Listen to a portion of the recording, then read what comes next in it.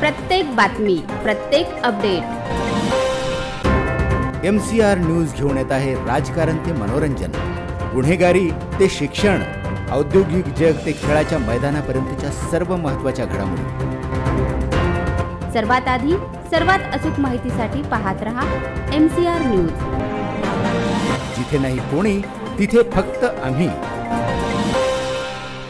नांदेडमधील पूरग्रस्तांना भाडेकरूसह मागील वर्षाप्रमाणे सरसकट अनुदान देण्याच्या मागणीसाठी centre of Indian trade unions CITU Nanded यांच्या वतीने तहसील कार्यालयासमोर आंदोलन करण्यात आले। मागील वर्षीप्रमाणेच यंदाही सर्व पूरग्रस्तांना त्यात भाडेकरूंचाही समावेश करून नुकसान भरपाई देण्याची मागणी आंदोलकांनी केली आहे। प्रशासनाने यंदा भाडेकरूंना अनुदान न देण्याचा जो निर्णय घेतला आहे त्यामुळे पूरग्रस्तांमध्ये तीव्र नाराजी आहे। आंदोलकांनी म्हटले आहे की भाडेकरू हे समाजाचा एक महत्त्वाचा भाग आहेत आणि पुरामुळे त्यांचेही मोठे नुकसान झाले आहे। त्यामुळे त्यांना आणि घरमालकांना कोणत्याही भेदभावाशिवाय सरसकट अनुदान दिले जावे। या मागणीसाठी पूरग्रस्तांनी नांदेडच्या तहसीलदारांना निवेदन दिले आहे।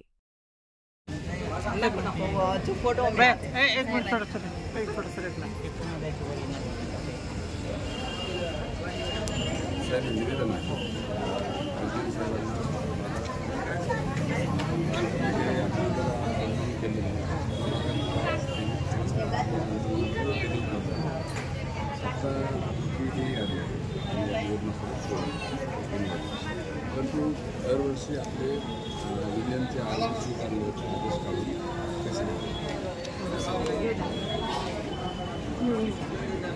DR आहे, ते DRमध्ये स्पष्ट लिहिलेलं आहे हे सर्व लिस्ट आहे त्या करणाऱ्या आपल्या मंडळात।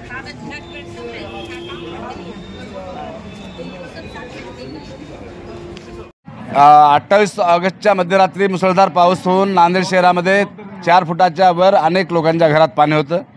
सर्वेक्षण करण्याचे आणि पंचनामा करून अनुदान वाटप करण्याचे आदेश कलेक्टर साहेबांनी दिलेले आहेत, परंतु महानगरपालिकेचे बिल कलेक्टर आणि तहसीलचे काही तलाठी हे जाणीवपूर्वक सरसकट पंचनामे न करता काही मोजक्या प्रतिष्ठित लोकांच्या घरी बसून पंचनामा करत आहेत आणि ह्यामध्ये आर्थिक उलाढाल होण्याची 100% शक्यता आहे। गेल्या वर्षी 2024चं 1 ते 3 सप्टेंबर अनुदान जे आहे 16,000 लोकांचं म्हणजे 16 कोटी अनुदान आणखी वाटप करण्यात आलेलं नाही। त्यामध्ये आमच्या देखील तक्रारी होत्या, परंतु 60-70% लोक जे खरे पूरग्रस्त आहेत त्यांचं अनुदान तातडीने वाटप करावं ही आमची मागणी आहे। आता 2025चं ऑगस्टच्या महिन्यात आपलं 28 ऑगस्टचं जे सर्वेक्षणाचं काम आहे ते पारदर्शक पद्धतीने व्हावं। दरवर्षी आमच्या युनियनच्या वतीनं आम्ही महानगरपालिकेमध्ये अर्ज दाखल केले होते आणि त्या अर्जामध्ये नमूद केलेलं आहे की आपल्या घरी येऊन सर्वेक्षण करावं, पंचनामा करावा। ते अर्ज महानगरपालिका स्वीकारण्यास तयार नाही। ही दादागिरी आहे आणि ही दादागिरी महानगरपालिकेची खपून घेतली जाणार नाही। मग आम्हाला गिरीश कदमचे काय धंदे आहेत ते माहीत आहेत, आयुक्त साहेबांनी भूखंड कसे विकलेले आहेत ते सर्व माहीत आहे। ह्या सर्व त्यांच्या काळ्या भानगडी आम्हाला काढण्याची वेळ आणू नये। रितसर सर्वे करावा, सरसकट सर्वे करावा आणि यावर्षी प्रशासनाने निर्णय घेतलेला आहे एका कुटुंबातील एकाच व्यक्तीला सानुग्रह अनुदान देण्याचा, तो अत्यंत अन्यायकारक आहे। 1200 स्क्वेअर फुटामध्ये तुम्ही 4 घरकुलं मंजूर करून दिलेले आहेत आणि 4 तिथं कुटुंब राहतात आणि तुम्हाला लाज वाटत नाही। तुम्ही एका घरात फक्त वडिलांच्या नावानं अनुदान देतो म्हणता।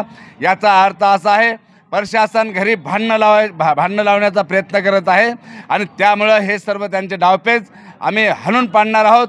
नांदेड शहरामध्ये जे किरायेदार असतील, भाडेकरू असतील किंवा आमचे जे स्थलांतरित मजूर आहेत त्या सर्व मजुरांना सरसकट सानुग्रह अनुदान देण्यात यावं अशी आमची मागणी आहे। अनुदान जर या 8 दिवसात मिळालं नाही तर अत्यंत तीव्र आंदोलन तहसील कार्यालय, महानगरपालिका आणि जिल्हाधिकारी कार्यालयामध्ये आम्ही लाल झेंडा, जो रक्ताचा झेंडा आहे, जो अण्णाभाऊ साठेंचा झेंडा आहे, जो भगतसिंग सुखदेव राजगुरूंचा झेंडा आहे, तो झेंडा घेऊन आम्ही आज 3 तारखेपासून आंदोलन सुरू केलं आहे। त्या आंदोलनाची व्याप्ती उद्यापासून आणखी वाढवणार आहोत। धन्यवाद। Centre of India trade union CITUच्या वतीनं आम्ही नांदेड शहरामध्ये विविध कार्यालयावर, मग ते जिल्हाधिकारी कार्यालय असो, मनपा कार्यालय असो, तहसील कार्यालय असो, या कार्यालयामध्ये 3 वर्षापासून सातत्यानं आंदोलन करत आहोत। 3 वर्षापासून सातत्यानं नांदेड शहरामध्ये दरवर्षी पूर येत आहे। हजारो कोटी रुपये पूरग्रस्तांच्या नावावर शासनाने पाठवून सुद्धा नांदेडचे जे कार्यालय आहेत, जे स्वतःला खूप भाग्यवान समजणारे अधिकारी आहेत, त्यांनी मात्र कोणाच्या खात्यावर हे पैसे वर्ग करत आहेत अद्याप आम्हाला लक्षात आलेलं नाही आहे. हजारो कामगारांना पूरग्रस्तांचा निधी वाटप केला म्हणत असताना आपण या आंदोलनाच्या माध्यमातून गेली 3 वर्षे CITUचे आंदोलनं बघत आहेत. जे गोरगरीब वस्तीवर राहणारे, नदीच्या काठावर राहणारे कामगार जे आहेत ते खरे पूरग्रस्त आहेत. मात्र हे प्रशासन आणि शासन हाताशी धरून या लोकांना, गोरगरिबांना दूर ठेवून मोठमोठे 3-3 मजली बिल्डिंग असणाऱ्याच्या खात्यावर पैसे वर्ग झालेले आमच्याकडे प्रूफ सुद्धा आहेत. परंतु यानंतर CITU हे आक्रमक झालेलं आहे. यावर्षी खूप मोठ्या प्रमाणात पूर आलेला आहे. गोरगरीब वस्त्यांमध्ये अत्यंत पाणी घुसून नुकसान झालेलं आहे. आत्ता आमचा या तहसील कार्यालयाला इशारा आहे, यानंतर जर तुम्ही खरे पूरग्रस्त बाजूला ठेवून जर खोट्या पूरग्रस्तांच्या खात्यावर जर निधी वर्ग केला तर CITU लाल बावट्याशी तुमची गाठ आहे. एवढंच या ठिकाणी इशारा देतो आणि थांबतो. इन्कलाब जिंदाबाद, लाल सलाम. आज या ठिकाणी सीटूच्या वतीनं, सीटू ट्रेड युनियनच्या वतीनं पूरग्रस्तांच्या न्याय हक्कासाठी या ठिकाणी आंदोलन चालू आहे.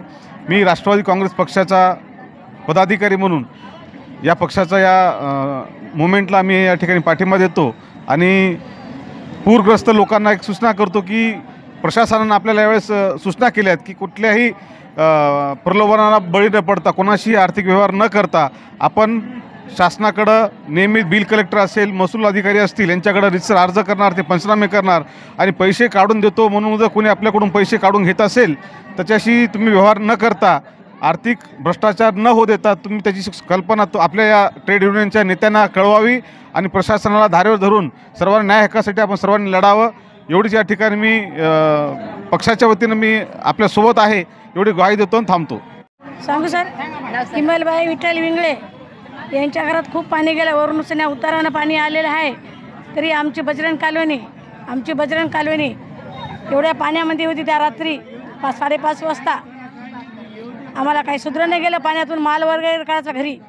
हां, आमची नाही भेटली, आम्हाला काहीच मदत भेटली नाही. गेल्या वर्षी भेटली नाही, केव्हाच भेटली नाही. आमच्याकडे येतच नाहीत ते सर्वे करा लोक. आम्ही आपल्या कॉलेजला, हां, आणि घरी इकडं सर्वे कर कोणी येईन आमच्या इकडं. हां, एवढे बोलून हां, आता आमची मागणी करावे. जेवढे आम्हाला शासनाने पैसे द्यायचे तेवढे 10,000 काय आहे ते आम्हाला द्यावे. हां, भारतबाई नारायण जोंधळे. आमच्या घरामध्ये कोणी सर्व पाणी खूप 2 दिवस झाला आमच्या घरातलं पाणी गेलं. सगळा माझा धिंगाणा झाला. मला कोणी येऊन सुद्धा बघलं नाही. मी एकटी राहणारी बाई. माझ्या घरात कोणी माझं नुकसान झाले. मला 2-3 दिवस झालं खायला सुद्धा भेटलं नाही. ते तुम्ही काय मागणी मागायचं आहे ते मला काय, कोणी येऊन आमच्या घरामध्ये सर्व्हिस केलं नाही की कोणी येऊन आम्हाला बघलं सुद्धा नाही. हे बघा आता काय करायचं तर तुमच्या इच्छा तुमच्यामध्येच आहे. जे आम्हाला काय तुम्हाला इच्छानं द्यायचं आहे ते आमच्या घरातलं पाहून तुम्ही देऊ शकता. अरे खूप पाणी होतं परी का आमच्या घरी कोणी येणार नाही, आलं नाही, गेलं नाही. आमचं घर आत्तासुद्धा ओला थर आहे. घर आत्तासुद्धा आमच्या घरी येणार कोणी नाही. कोणी येते शेजारी सैलाननगर आहे. हां, सैलाननगर. इथून इकडे येतात आणि इकडं दुसरा माणूस हाकलून नेते. इथून इकडं कोणी आलं की इकडं माणूस हाकलून नेते. दार बंद करून ठेवलं तर दाराला धक्का मारतात की निघून जातात. ते माणसं घेऊन जातात. सर्वे आमचा करू देत नाही. एरिया है ना, मैं टेकड़ी खिला रोड है, नदी किनारे हमारा घर है और पानी के एक साथ झड़ी में हमारा पूरा घर गिर गया, दीवारें गिर गए, पूरी ज़मीन ऐसा नीचे उतर गई नदी के तरफ से और हमारा इतना नुकसान हो गया. हमको कमरा पूरा, एक कमरा ही पूरा चले गया है और हम बहुत परेशान हैं कि कैसा करना, क्या करना. हमारे पास कोई आ रहा नहीं, पूछ रहा नहीं. फार्मा भर के ले गए मगर कोई आके पूछा नहीं. और हमारा है कि ख्याल के पूरे हमारा जो नुकसान हुआ हमारा भरती करके देना है ये लोगों ने. और हमारे पास हमारे घर में हमारा आदमी नहीं है और हम अकेले हैं और आप हमारे नुकसान को पूरा करो. हमारी यही आरज़ू है, तमन्ना है कि हम यहाँ पर तहसील में आए. तहसील साहब से फरियाद है हमारी कि हमारे पूरा ये सुन के हमारा पूरा काम भी पूरा करें. उन्हें हमें आने जाने की तकलीफ़ ना दें उन्होंने यहाँ पर और हमारे काम को ओके कर दे. हमारी यही तमन्ना है, आरज़ू है, बल्कि हम लेकर आए. अब ऑफिसरों के सामने हम अपने बयान कर रहे, हमारे बयान को कबूल करो. मी कॉम्रेड करवंदा गायकवाड, राज्य कमिटी सदस्य सीटू संघटना. आता आम्ही पूरग्रस्ताचं इथं धरणे आंदोलन केलेलं आहे तहसील कार्यालयावर. 2-3 दिवसापासून जे नगरपालिकेने सर्वे चालू केलेला आहे, तर पूरग्रस्ताचं म्हणणं असं आहे की जे किरायदार आहेत त्यांचं पण नाश सर्व सामान ते झालेलं आहे. तर बिल कलेक्टर आणि सर्वे करण्यावाल्याचं असं म्हणणं आहे की जे घरमालक आहेत त्यांचा सर्वे केला जाणार आहे आणि त्यांचंच नाव लिहून घेत आहेत. तर एका घरामध्ये 6, 7, 8 किरायदार आहेत आणि पूर्ण किरायदाराचं सुद्धा नुकसान झालेलं आहे आणि घरमालकाचं 2 मजलीवर राहत असल्यामुळं त्यांचं नुकसान तेवढं झालेलं नाही. तर आमची मागणी हेच आहे की जेही किरायदार आहेत, जे खरे पूरग्रस्त आहेत, त्यांच्या खात्यावर जेही त्यांचं पूरग्रस्त सानू अनुग्रहण जे आहे त्यांना तातडीनं ताबडतोब लवकरात लवकर द्यावे. आणि जे 2024चे जे यादी यांनी रोखून ठेवलेले आहे, जे 16,000 लोक आहेत, पात्र आहेत, जे बोगस आहेत, त्यांना डवळण्यात आलेलं आहे, ते ताबडतोब 2024ची जे यादी आहे त्यांच्या अकाउंटवर पैसे वर्ग करावे, ही आमची तहसीलदारांना, कलेक्टर साहेबांना आणि आयुक्तांना हे नम्रतेची विनंती आहे. जर झालं नसेल तर C2 संघटना ही रस्त्यावर रोजच उतरून रोजच आंदोलनं करतील. जोपर्यंत खऱ्या पूरग्रस्तांना न्याय भेटणार नाही तोपर्यंत लढतच राहतील. इन्क्लाब जिंदाबाद, लाल सलाम, जय भीम. प्रत्येक बातमी, प्रत्येक अपडेट